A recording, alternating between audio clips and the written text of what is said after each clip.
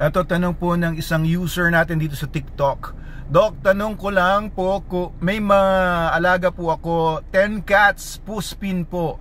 Ang pagkain po nila ay niluluto ko, hindi rin po pinalalabas, may toxoplasmosis po kaya.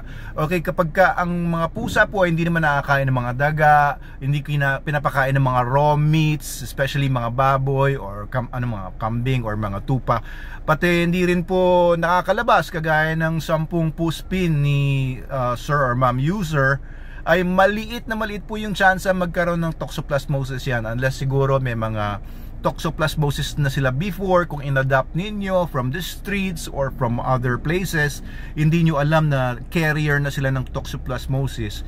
So for you to be sure, no, ipatest po ninyo sa veterinarian po ninyo. They can be tested by simple blood test.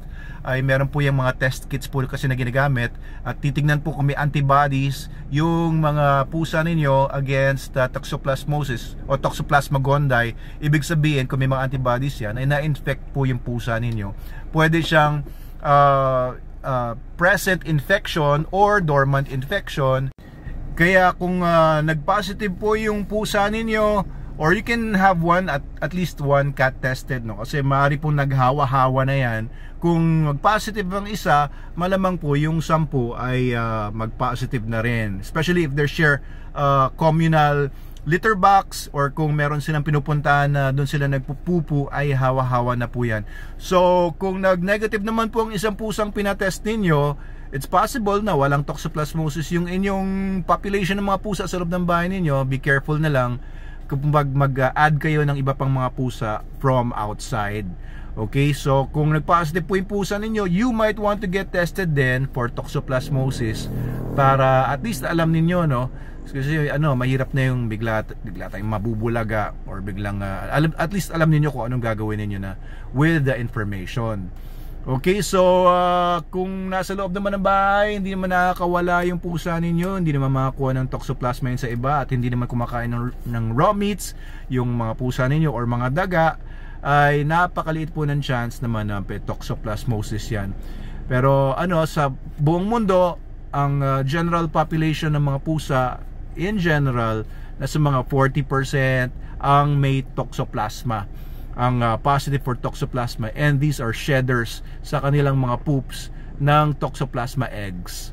So be careful, and para malakas ang immune system ng mga pusa ninyo, feed Super Cat Nutrition SCN, or pwede ring SDN 42.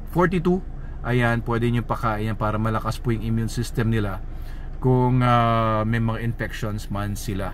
And meron po tayong Golden Cat Litter, yung bentonite cat litter natin, napakaganda po nun. So kapag yun po ang ginagamit ninyo for cat litter ninyo, na-absorb kasi yun yung moisture, and mas mabilis mamatay yung mga bacteria, including toxoplasma, kapag walang available moisture sa paligid niya. So use Golden Cat Litter, yung ating cat litter. Yan po, the best cat litter yan sa buong multiverse.